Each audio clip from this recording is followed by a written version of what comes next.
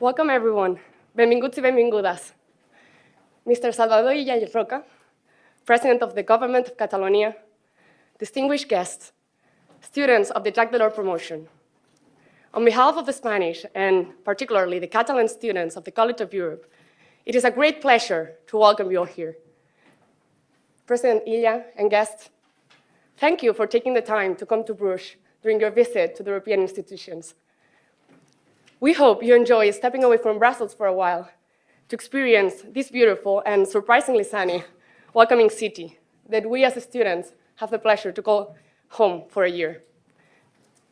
For those unfamiliar with College of Europe traditions, throughout this semester, national societies organize cultural and academic events.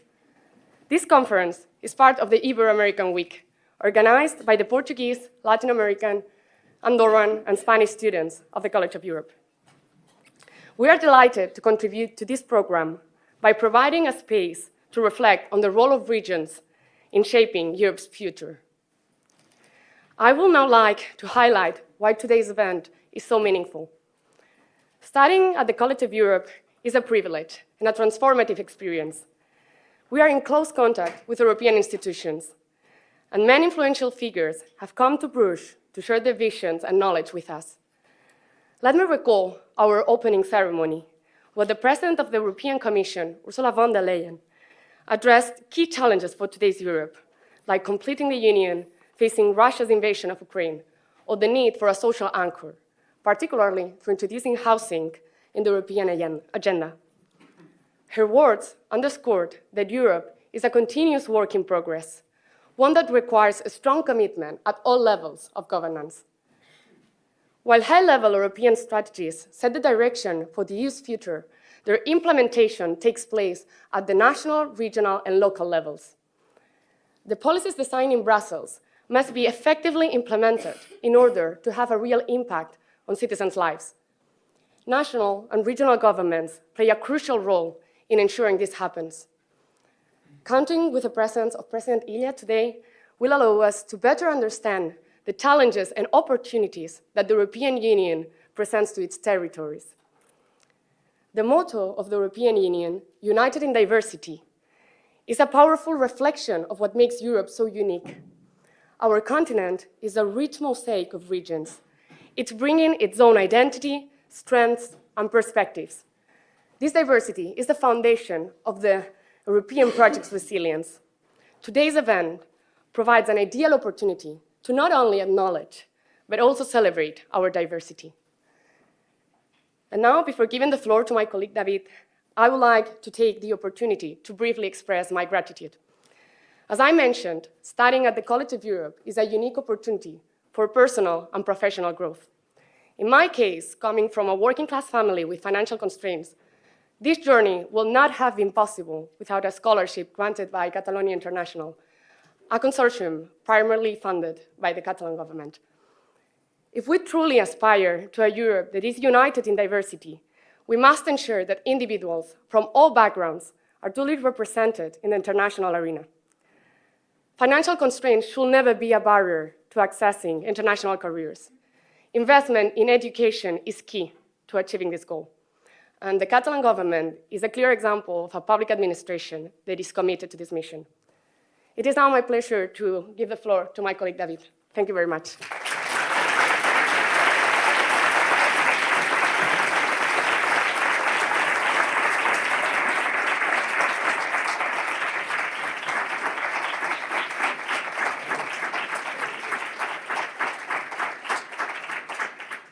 Thank you, Andrea.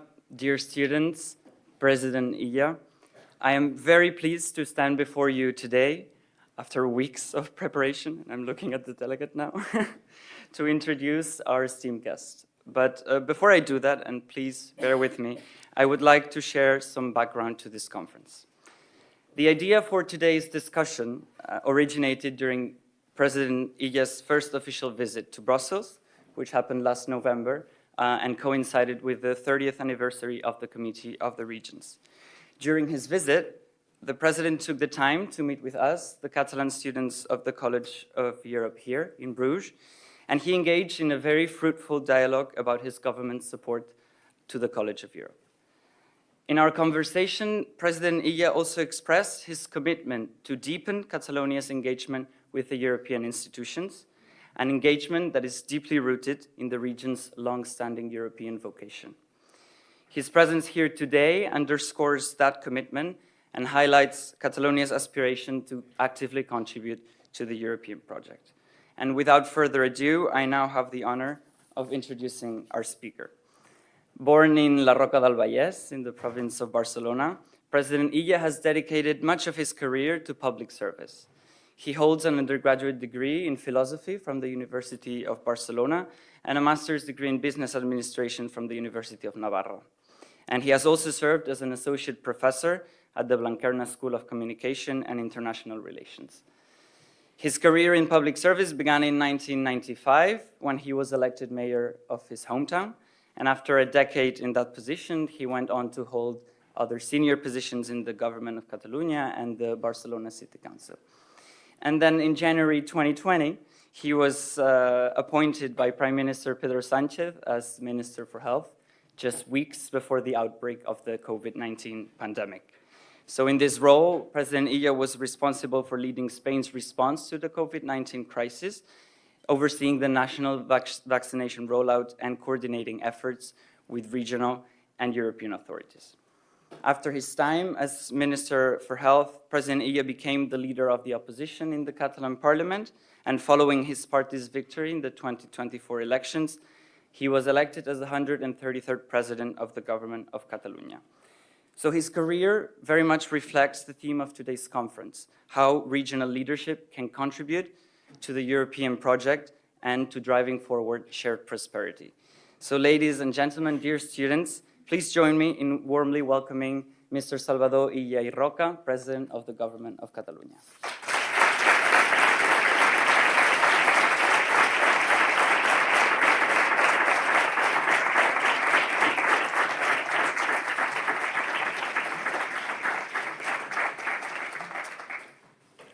Bon dia, good morning to everybody. Thanks, Andrea and David, for your kind words. Dear faculty members and esteemed students of the College of Europe, allow me to first express my sincere gratitude for the opportunity to speak to you in this unique setting that is the College of Europe.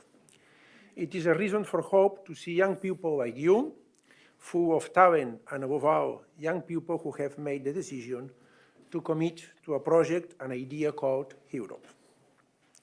Throughout its long history, Europe has needed physical spaces to structure itself, spaces that have the power to make us feel European above our nationalities. The great European cathedrals, its cafes, opera houses, universities, great museums, and even its great sports stadiums.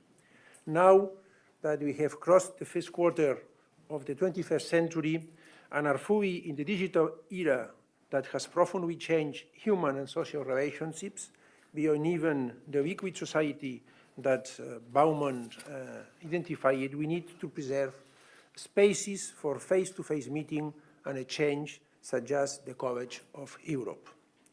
As President of Generalitat de Catalunya, the government of Catalonia, it is especially exciting to be here in 2025, in a historic year as the College of Europe celebrates its 75th anniversary.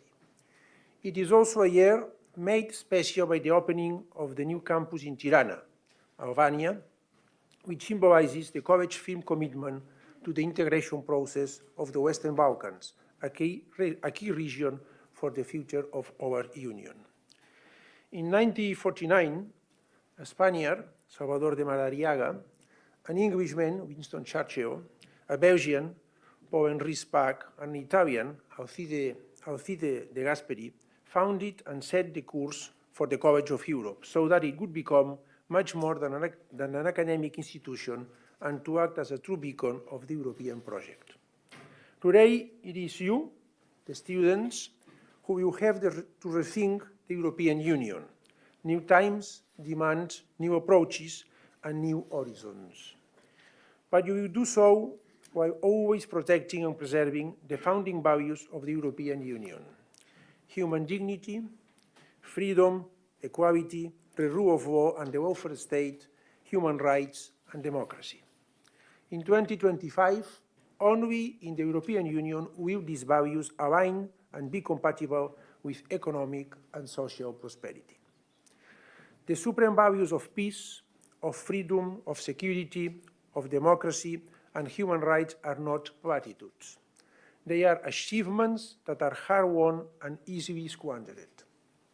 I know that the patron of this year's graduating class of the school is Jacques Delors. I would just like to recall one fact. In 1991, Jacques Delors inaugurated the first office of the Commission outside the state capital. It was in Barcelona. Why Barcelona? Because Catalonia brought together three key elements: economic dynamism, an innovative spirit, and a historic pro-European tradition. In Delors' own words, Catalonia has also contributed a supplement of soul to the idea of Europe. Well, these three elements are still very much alive in Catalonia and are still very necessary for Europe. As I expressed last November at the Committee of the Regions and in the meeting I held with the President of the European Parliament, Roberta Metsola, Catalonia is once again fully engaging with Europe. And that is what we want in each and every one of the immense challenges we share. From Catalonia, we want to continue making the Pyrenees a space for meeting and exchange, not an insurmountable border. We want to preserve the Mediterranean as an open space of coexistence and opportunities, not as a closed sea. We want to strengthen transnational cooperation, not limit it. We want to position innovation, sustainable development, and territorial integration as opportunities for progress, not as a break. We want to give voice and prominence to young people like you. We want to protect our cultural diversity as a source of wealth, not of division. In 1991, Delors asked that Catalonia continue to put all its potential and vitality at the service of building the European project. 35 years later, and given the current geopolitical context, Catalonia wants to once again exercise its responsibility and leadership in Europe. How do we want to do that? Where do we start? First, by being aware of the context and the moment of change we are experiencing. Second, by taking action to be the masters of our own destiny, whereas focus more on ourselves, on what we must do and can do, and not so much on what others are doing, especially on the other side of the Atlantic Sea. Third, by transforming the European commitment into a model of shared prosperity. Let's start by the context. For the context, I think we all have a shared understanding of the situation. The world is experiencing a paradigm shift, a profound and accelerated change as three transformations or revolutions coincide: technological, environmental, and geopolitical. Artificial intelligence, trade tariffs, drafts resulting from climate change, the rise of the far right and populism are examples of the most visible effects. But what concerns me today is the underlying transformations and the choices we face. The power of force or the power of reason? I have a strength and I invade Ukraine or set my sights on Greenland? That is force? Or do we present and discuss arguments in multilateral organizations that have been updated and adapted to today's reality? In other words, reason. To me, it is clear. Catalonia and Europe must be on the side of reason. It is better to rely on the force of reason and conviction than on the force of the arms. The power of money or the power of citizens? Does $1 or €1 equal one vote, or does one citizen equal one vote? The latest United States elections, the shameless and provocative arrival in the United Kingdom and Germany of ultra-rich oligarchs give us a clear measure of the challenge we face. To me, it is clear. Catalonia and Europe must be on the side of the citizens. The power of technology or the power of institutions? It is obvious that we must take advantage of all the opportunities and advances in technology. In fact, Catalonia is today one of the most innovative regions and I celebrate the summit held in Paris because Europe must be the leader of its own model of artificial intelligence at the service of the common good. The key is this: do we want technology at the service of institutions, that is, at the service of our citizens, or do we want institutions at the service of technology in the hands of a few guided by their own interests? To me, it is clear. Catalonia and Europe must defend the institutions. Democracy is under threat. Its decline around the world is something that cannot be ignored. An increasing number of citizens do not perceive it as the guarantee of prosperity, which paves the way for reactionary authoritarianism to take control of governments. Those who accumulate the most wealth are those who want to write the obituary of democracy. We should not allow that, because without democracy, there is not true prosperity. The latest Nobel Prize economists Daron Acemoglu, Simon Johnson, and James Robinson have successfully and convincingly argued the impact of institutions in generating prosperity. Prosperous societies are based on democratic institutions that guarantee public services, investments, innovation, participation, and rights for society and the territory as a whole. They ensure that there are not abuses and that they meet basic needs. When institutions weaken, reactionary populism arrives. Therefore, institutions at the service of the general interest, not at the service of individual interest. This is referring to context. Let's talk about what Europe must do. Europe must act to be the author of our own destiny. There are obvious risks, but also there are opportunities. There is hopelessness, but there is also hope. We can fall into defeatism or choose optimism. I sincerely believe that Europe, and Catalonia wants to be part of it, must react and become aware of its full potential. The meeting that the European leaders held in Paris on Monday is a good sign. This is not the time to hesitate or cower. It is the time to take a step forward and lead. The new geopolitical scenario is an opportunity to highlight what unites us as Europeans, to strengthen what makes us feel part of a community. The way of doing it is through federalism. In a word, an European federalism, an opportunity to consider deepening the federal model of the European Union. Federalism is a way of understanding the world and a way of governing ourselves, alternative to a return of the world of great power politics and imperialism. The great challenges that Europe is facing require an unprecedented effort of co-governance and cross-border collaboration. This is why we need a federal Europe. We must take full responsibility of our own security with a significant reinforcement of European defense. We must enhance Europe's competitiveness by creating new European Union-wide investment mechanisms to drive innovation and strengthen strategic industries. We need to protect our democracies from foreign interference. We will only preserve our most cherished democratic freedoms if we are able to strengthen the bonds that unite us. All these challenges are taking place simultaneously at all levels, in Catalonia, in Spain, within the European Union, and on a global scale. The scale of our shared challenges obliges us to coordinate together with all democratic forces against extremism at home and aggressive conduct abroad. We have it all: democratic institutions, social fabric, and business drive. And we have the recipe: the Letta, Draghi, and Ministro reports and the recent competitiveness plan presented by the President of the European Commission, Ursula von der Leyen. As a recap, the new United States presidency is breaking long-term alliances with European democracies. They know that our open, democratic, diverse societies backed by strong welfare states are successful and with high potential. We who believe in European values will not bend. Europe is much stronger than the ones who attack it, and we will show it. I'm calling for a new commitment to all the ones who believe in democracy, in defense of reasons, peace and freedom.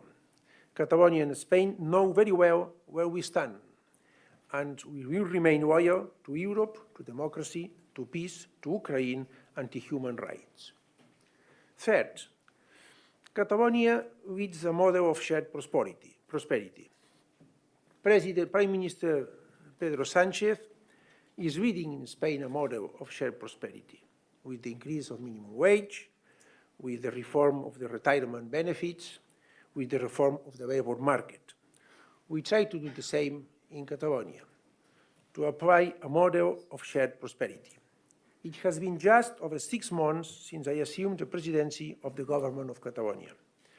I sincerely believe that Catalonia has begun a new time.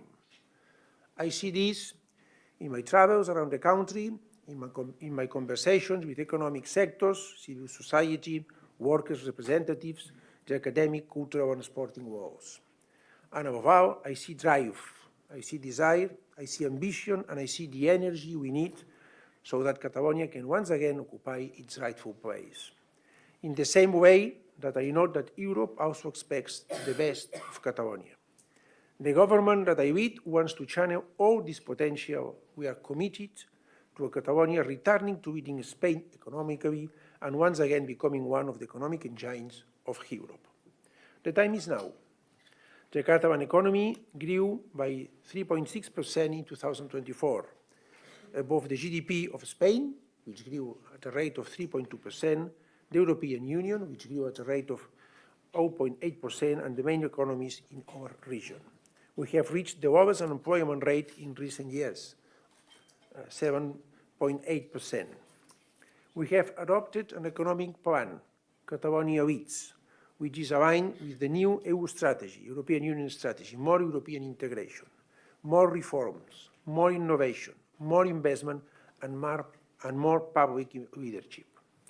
The Catalonia Leads plan represents the most ambitious mobilization of public resources by Catalan government since 2010. 18.5 billion euros of investment by the Generalitat, by the government of Catalonia, in 5 years in strategic sectors: infrastructure, modernization of production, innovation, good governance, and equal opportunities. The Draghi report itself also points out the need to increase investment from 22 to 27% of the European Union's GDP. We have designed an economic plan that underpins the model of shared prosperity that we fight for in Catalonia against a model of accumulation that weakens social solidarity. 2 models, 2 approaches: shared prosperity or individual accumulation, weakening social solidarity. Moving forward for everyone, or moving forward while leaving large groups on the sidelines. We all win, or a few win. An economic model based on rights, or an economic model based on privilege. Social transformation, or social conformism, or even worse, social resignation. Willingness to reduce inequalities, or inequalities as a minor necessary evil. Public services as an investment, or public services as a cost to be cut or to be reduced. Sustainable economic growth, or a limited exploitation of resources. Health as a right, or health as a market good. Housing as a right, or housing as a business. Public university as a social elevator, or private university for those who can afford it. Generosity or hoarding. Humanism or mercantilism. I propose and commit to working for the model of shared prosperity, out of tradition of the country, the will of the majority of Catalans, and above all, out of conviction. Leading Spain with a model of shared prosperity and doing so in harmony with Europe. It is not possible to face current challenges without being aligned with European approaches. The ambition and demands to meet challenges to which challenges us to think not simply as 8 million Catalans, but as part of the economic and political group of 450 million citizens of the European Union. The European Union must redefine priorities and where it allocates resources. Decarbonisation must be integrated for the first time and in a cross-cutting way. There cannot be a single step backwards in this. Renewable energies saved 60 billion euros in the European Union, according to the conclusions of the Amber Report's European Electricity Review 2025. Prioritize a modern and green industrial policy. Invest more than ever in the powerful Catalan research ecosystem. Incorporate an agenda that becomes the raison d'etre of everyone, of all people, increase the purchasing power of working families, and unite the territory. Catalonia, in line with the objectives of the European Union's competitiveness compass, wants to continue strengthening its capacities in innovation, industry, and sustainability. But we do not want to do it with our backs turned to other European governments with whom we share this aim and a presence in some European and international networks, such as the Four Motors for Europe, the Pyrenees-Mediterranean Euroregion, the European Regions Research and Innovation Network, and the Disruptive and Emerging Technologies Alliance, DITA. A very recent example. The Barcelona Supercomputing Center has the first quantum computer in Spain with 100% European technology and has been chosen to host one of the European Union's artificial intelligence factories. Well, the Catalonia Leads plan includes 2 billion euros for research and innovation. Beyond the numbers, what sets us apart from other models? We possess a high-level technological hub governed by public interest, led by public, not private universities, and with the alliance between administrations and companies. In the field of industrial modernization and digitalization, these European networks allow us to delve deeper into shared projects that are key to Europe's strategic industrial autonomy. An example, today we can say that without the ability to manufacture European chips, democracy and prosperity in Europe are at risk. That is why it is a matter of pride that Catalonia has reached an agreement with the government of Spain and the European Union to host the innovative trident of European reference to manufacture microprocessors, InnoFab, PIX Europe, and DAR. 3 initiatives promoted by the Spanish government's PERTE program, which will mobilize more than 1 billion euros. I also want to point out sustainable mobility as a fundamental area, since everything that is currently at stake comes together in an electric vehicle: climate change, health, prosperity, and Europe. That's why Catalonia has just launched an electrical vehicle promotion plan of 1.4 billion euros with the aim of reaching 150,000 registered electrified vehicles in 5 years.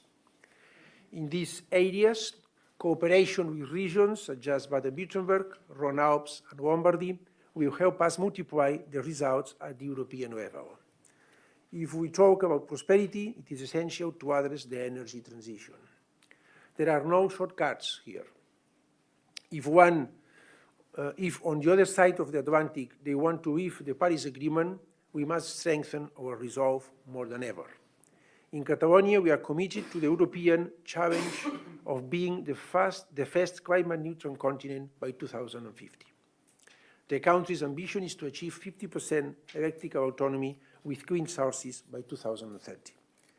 It is the country's ambition to lead innovation in new energy sources such as green hydrogen, which is being researched at the Bezos University campus of the Polytechnic University of Catalonia.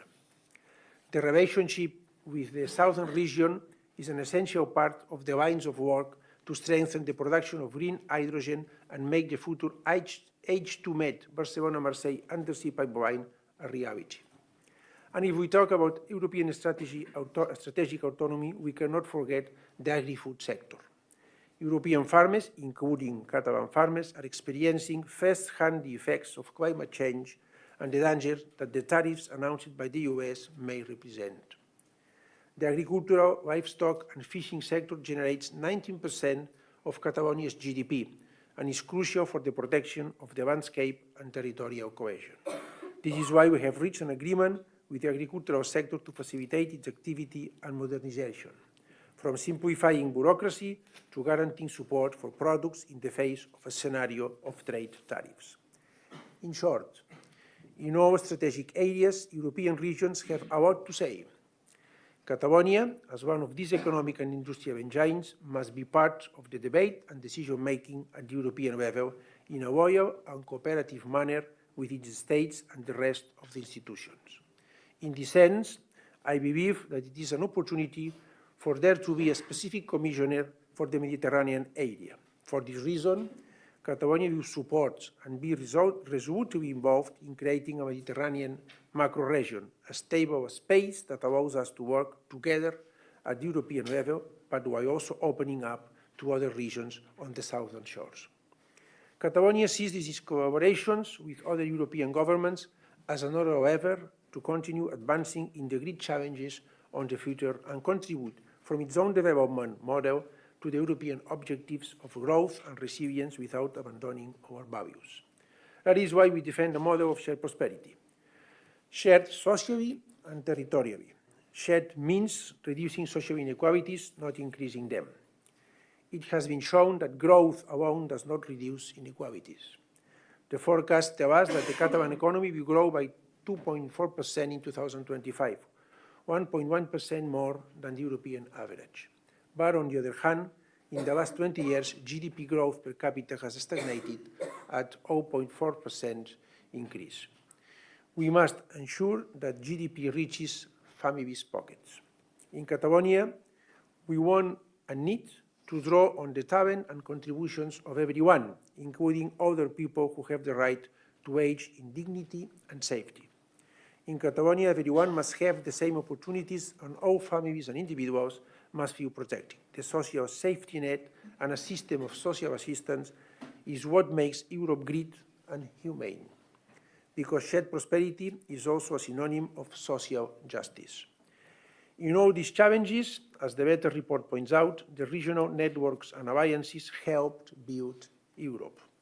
We have a great example of this in the Pyrenees-Mediterranean Euro-region, which has recently celebrated its 20th anniversary.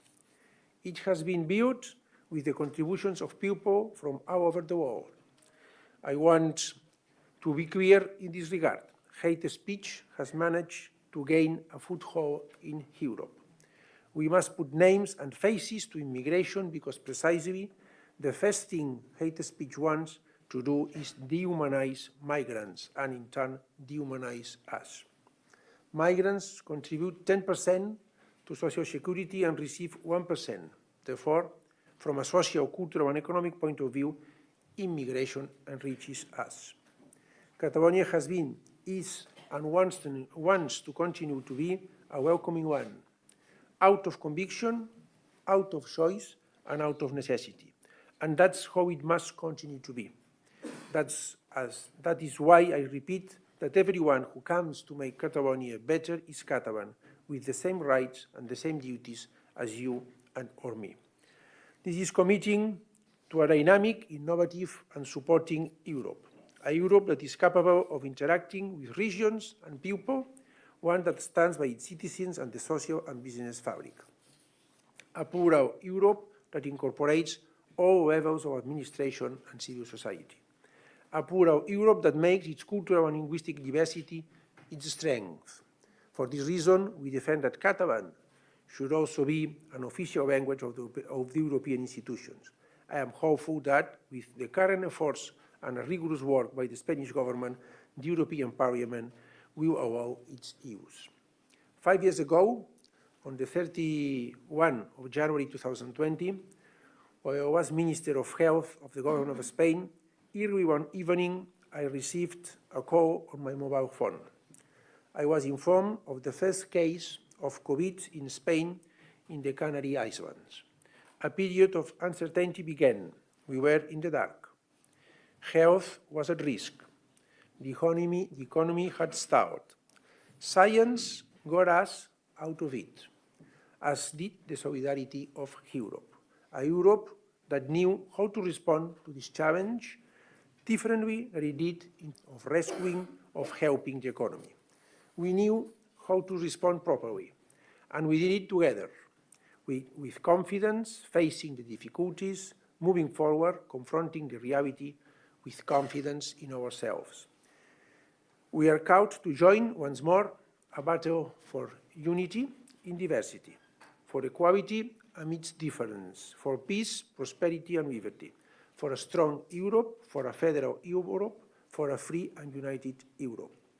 Europe is more worldwide than ever, and make no mistake, it is more necessary than ever. The solution for Europe is more Europe.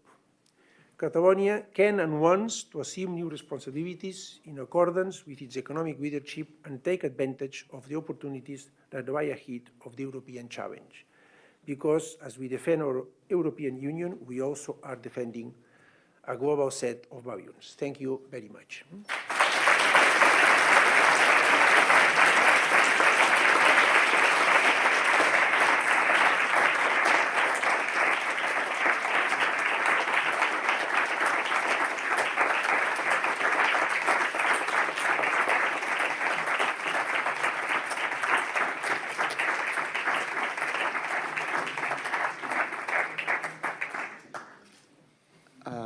Thank you very much, President Illa, for your speech and very insightful remarks. Now we will open the floor for all of you to pose questions and share your thoughts with the President. We will take 3 questions or thoughts in group, and then the President will answer, and then we will see how we are with time and make more rounds. So please raise your hand and introduce your question. Introduce yourself before posing your question. And our colleagues Anna and Roger will share the mic. I see Anna. Francesca.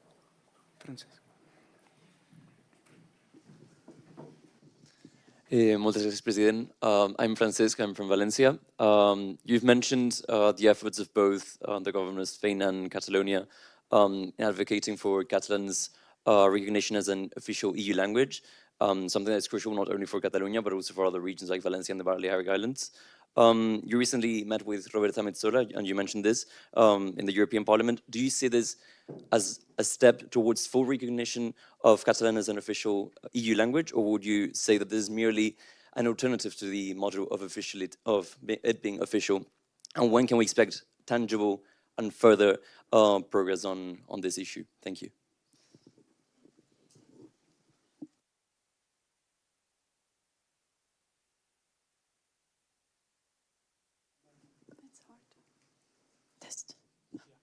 Okay. So first of all, thank you very much for taking the time to come to the College of Europe. I was very intrigued by the innovation part of your speech today. I would like to ask 2 questions. The first one is, Catalonia has been seen as one of the top regions that gets EU funding for innovation and research. And I was wondering, what are the contributing factors that lead to this success, and how do you maintain or enhance this position? And then my second question is, all these reports are coming out, the Letta report, the Draghi report, telling us that Europe is really going backwards and is losing a lot of competitive power within like the global trade and whatever. So what position do you see Catalonia playing in gaining competitiveness again for Europe? Thank you.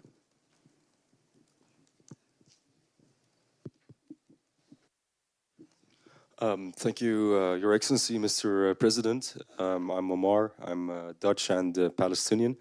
You said that Catalonia is fully engaged with Europe again, and I was wondering how Catalonia is engaging with the wider world.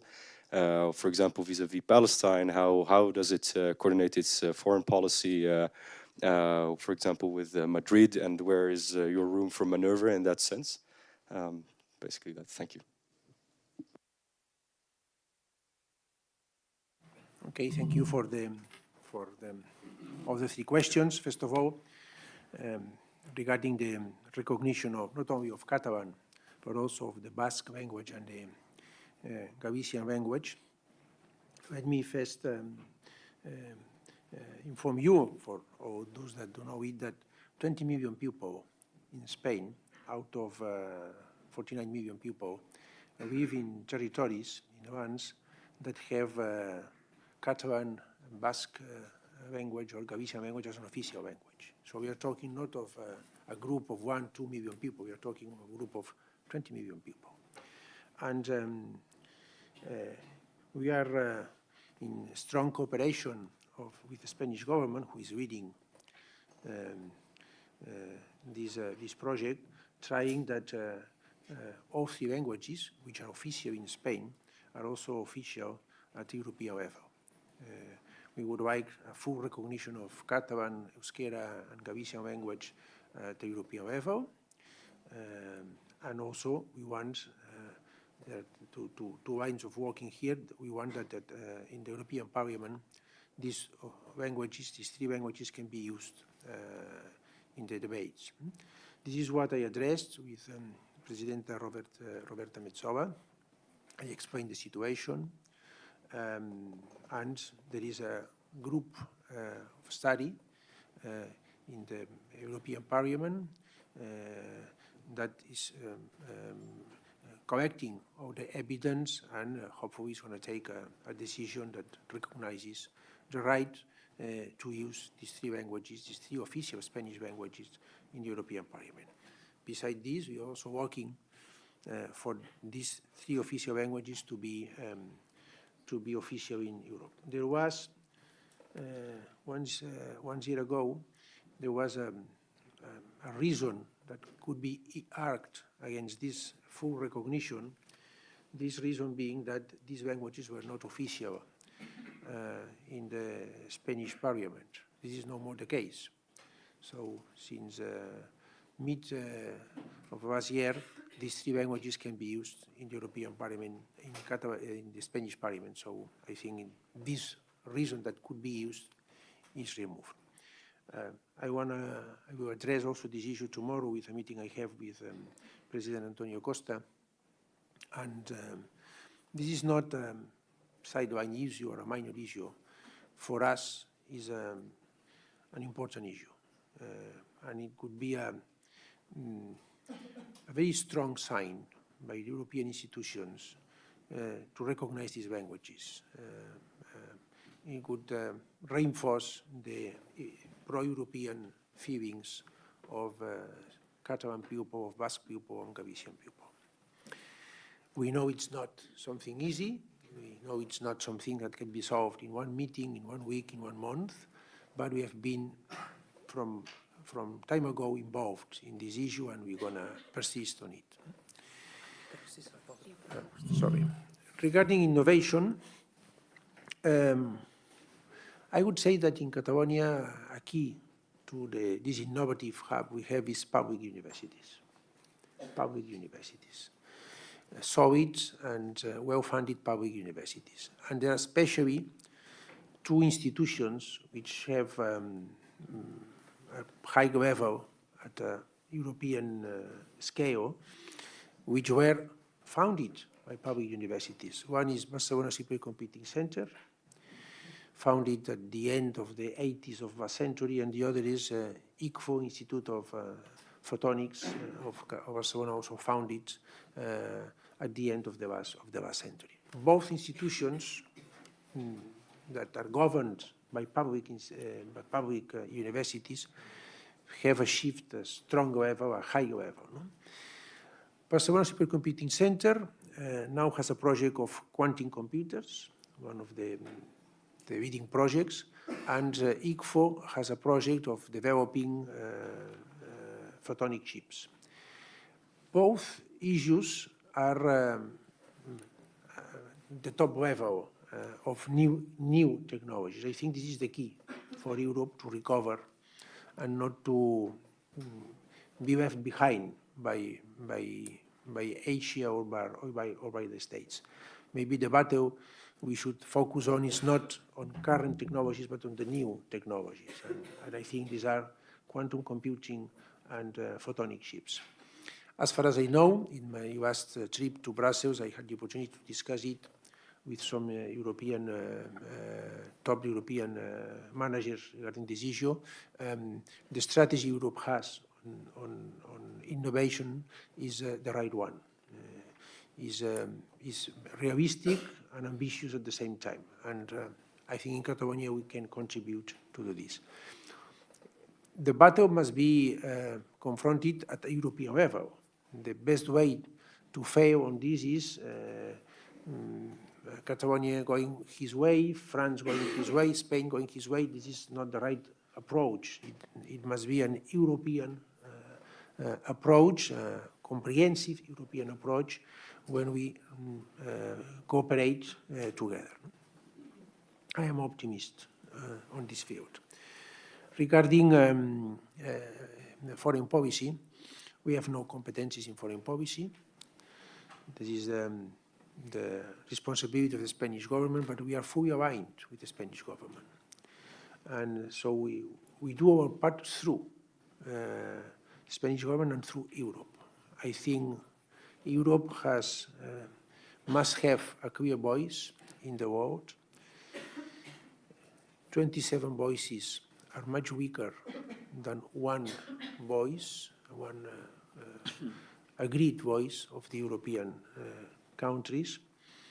I have a very strong personal relationship with Mr. Josep Borrell, which is a member of my political family, who has held the highest responsibility at this level the last years. He has been very vocal regarding many issues, in particular regarding the Palestinian situation, in close alignment with the Spanish government, and I fully support what Mr. Borrell has said and what the Spanish government, both Prime Minister Sanchez and Foreign Minister Mr. Alvarez have said on this respect. We cannot have two metrics. We must have, if we want to be credible around the world, we want to have one metric for all conflicts. If we have two different metrics, two different scales, we lose credibility, and this is, we lose the most basic thing, that people can trust us. Okay. Somewhere up there, Alice.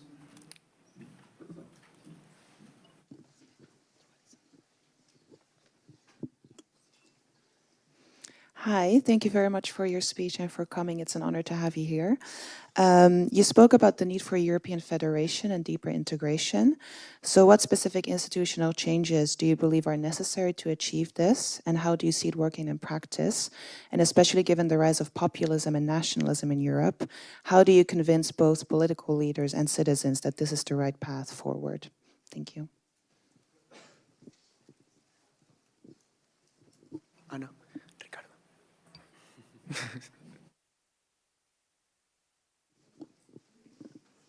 Okay. Good morning, Mr. President. My name is Ricardo. I'm from Castilla y León.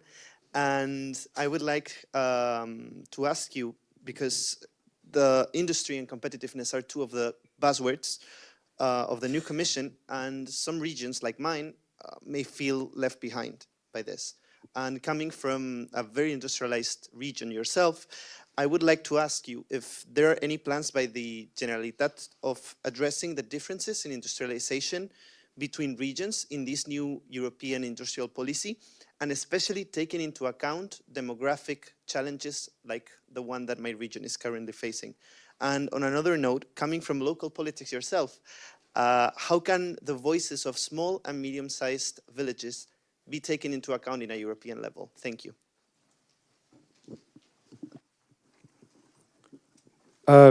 Gracias, Presidente. My name is Diego. I'm from Sevilla. And my question is regarding your tenure as Spain's Minister of Health. You face one of the most challenging crises in recent history, the COVID pandemic. And looking back, what were the key lessons that you learned from managing such an unprecedented emergency? And how have those lessons influenced your approach to governance in Catalonia these days? Thank you. Thank you. I think that the path for Europe is clear. It's to strengthen European project through federalism, unite in diversity.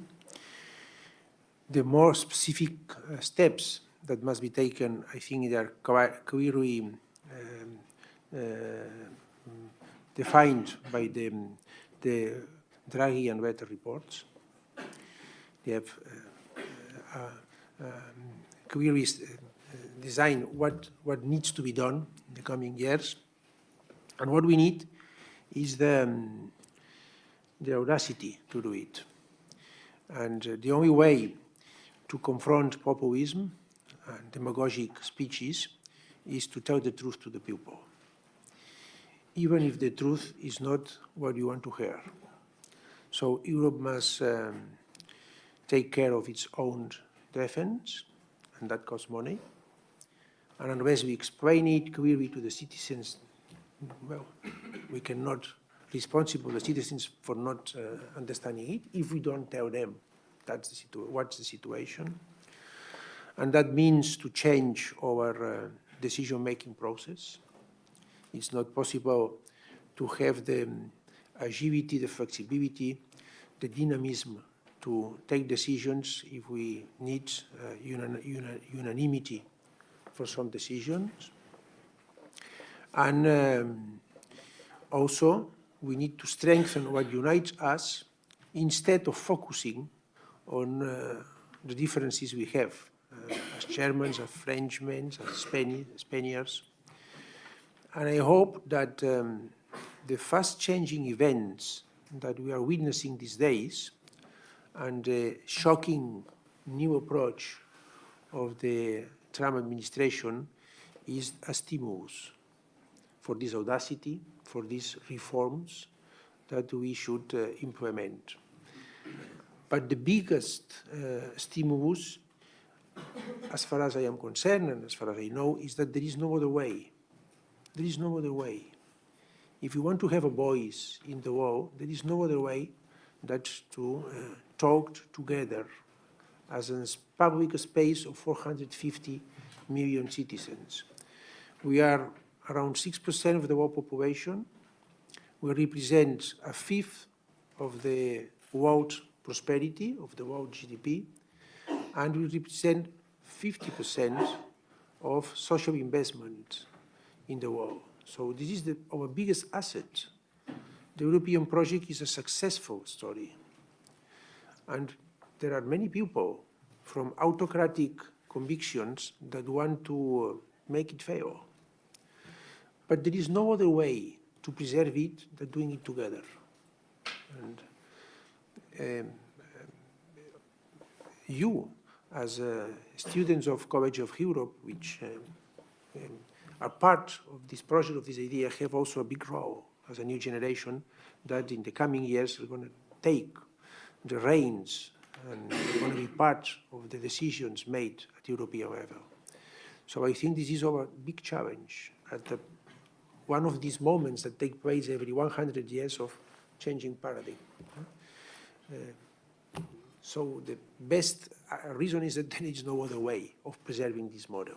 This is how I see things. From Castilla y León, I think that the key for the European project, also this is my political understanding of the situation, is shared prosperity. There are parts of the world that generate more prosperity than Europe. China, United States in some periods of time.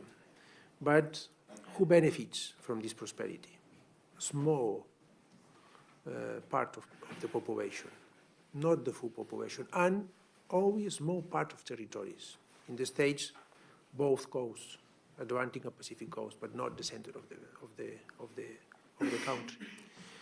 This is a failed strategy that has a political representation in the form of populism, from the left or from the right.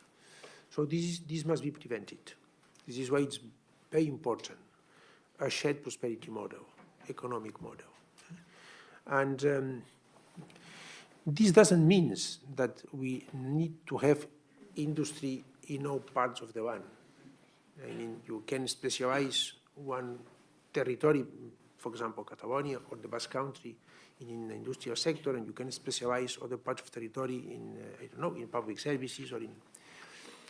What it means that we all need to have the same rights, and we need to share the prosperity. In Spain, there are two models represented. Shared prosperity, Spanish government, Prime Minister Sanchez, what we intend to do in Catalonia, and other models that advocate for an individual accumulation of wealth and centralized decisions. Well, this is, for me, a failed strategy. And I think that when we have the responsibility to run some governments, in my case, the government of Catalonia, it's very important to show by our public practice, by our government practice, that it is possible to share prosperity and to be successfully generating prosperity. This is why it's very important that we can explain that we are increasing our GDP at a rate of 3%, which is, by historical standards, a high increase in the GDP, and share this prosperity. Some said that increasing the minimum wage in Spain was catastrophic, would destroy employees, and would be an element of recession. It has proved the contrary. Some said that reforming public pensions in Spain would make or would be a step towards the collapse of public finances. We are reducing debt and we are reducing deficit in better terms than other European countries. So it has proved fail. When we established a minimum income in the pandemic for people which are in a vulnerable situation, some said this would be also a break for the economic progress of Spain. It has proved false. So at this moment, and I say it with humility, Spain and hopefully Catalonia is the example that you can generate prosperity and share this prosperity. And I say even a stronger statement. Only by sharing prosperity the economic works. If you do not share prosperity, if prosperity is accumulated by few, the economy is going to stop. Because we need a shared prosperity to progress all together. Regarding the pandemic, there are lots of lessons to be taken. First, the role of science. There were some important politicians at the moment, and I'm sure you have, all of you have them in mind, that started with a non-scientific approach. They denied science. They proved wrong. So the role of science. Second, the necessity to work together and to have multilateral institutions. The World Health Organization played a role. The ECDC, the European Public Health Organization, played a very important role. The European cooperation, not at the first stage, when trying to buy material from Asia, but we didn't act appropriately at that moment, but yes, with the vaccination process. It's not only symbolic, but it's a very powerful message that in Europe, the vaccination process started the same day, 27th of September. Well, in 2 days different. This is saying to all the 450 million citizens of Europe, we are together in this. There's no distinction between the rich country and a poor country, both in Bulgaria and in Germany and in Spain and in we are together. We are together. We buy together the same vaccines, and we do it together at the same time with a set of rules that we have decided together. It was also, for me, an important message, the governance. Some said that confronting such a crisis, or such a pandemic, centralized governance systems could prove better and more efficient than decentralized government systems. It was not true. In Spain, the health system is divided at a regional, it's a regional responsibility, so we have 17 regional health authorities coordinated with the Spanish health minister, and it worked. I mean, it was not better, neither worse than other systems of government. So the co-governance system we applied in Spain, from my point of view, proved successfully. And in the de-escalation process, after the confinement, could be adapted to each region and the specific situation of each region. It's different in the Canary Islands, it was different than in Barcelona or in Madrid region. It was also a lesson in, if you want, a more moral statement of solidarity and communalism versus individualism. It was not possible to solve the situation from an individual point of view. I mean, you need to assure that everyone had the possibility to be vaccinated.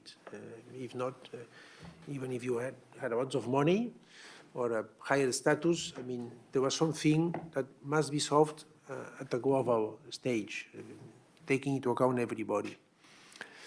Also, it was a proof that, for me at least, that there is a big gap between the role or the importance we give to some professions. If we take as an indicator the retribution that some professions have, let's say an international lawyer, but wins a lot more money than a worker in a market. But this proved to be a very different, a gap between the importance that we presumably give to some professions by the retribution and the importance they had at this moment. It was key, the doctors, there were key positions, some workers of industrial factories. There was a key position, the people that work at the market, at the supermarkets, the people that drive cars. These were the key people at that moment. We didn't need at that moment football players or international lawyers. So it makes also, it must make us think how we consider some professions that were key at that moment. And they were risking their lives at the beginning, at the first stages when we didn't know what were the mechanisms of transmission. Also, the importance of having a pharmaceutical industry. The vaccine was discovered, the first vaccine was produced and discovered and invented in Europe, in Germany, then produced by big pharmaceutical companies in the States, but the importance of having a pharmaceutical industry with good standards. Why did people don't hesitate, the most of people, especially in Spain, to take the vaccine? Because they trust doctors and they trust European institutions that say this is validated by European institutions. Can it happen in the States with opioid crisis? We have more trust because we have good institutions here. So this also was a lesson. And also a lesson of self-confidence, because at the head of the worst moments of the pandemic, let's say in March, April, May, we had 1,000 deaths in Spain per day at that moment. It seemed difficult to imagine that we would recover as a society, that the tourism industry, for example, which accounts for a third of the GDP in Canary Islands or in Balearic Islands, could recover. And it did. And it did. Because we answered appropriately at European level with the Next Generation program in a completely different way as we did in 2008. So it's also a message of self-confidence, which I think we should keep in mind for what we confront in these days. If we trust in ourselves, if we have confidence in ourselves, we can recover and we can assume what the targets or the objectives we want to achieve. I think that's such a wonderful note to end the Q&A. Thank you very much for your interesting and relevant questions. We encourage you to answer to question those that have been left unanswered because there was a lot of people in the reception now. Thank you, President Illa, for your speech and your openness in discussing these important issues with us. Now, for those who registered, again, I would like to invite you to join us for a reception in the foyer downstairs, where we will enjoy delicious Catalan food and drinks in a celebration of Catalonia's recognition as the World Region of Gastronomy this year. To everyone, thank you very much for joining us today. To the President and all of his team, thank you for helping make this conference a reality. And now, before leaving, we kindly ask you to join us outside in front of Building B for a group picture with the President. Again, thank you very much. Moltes gràcies a tots.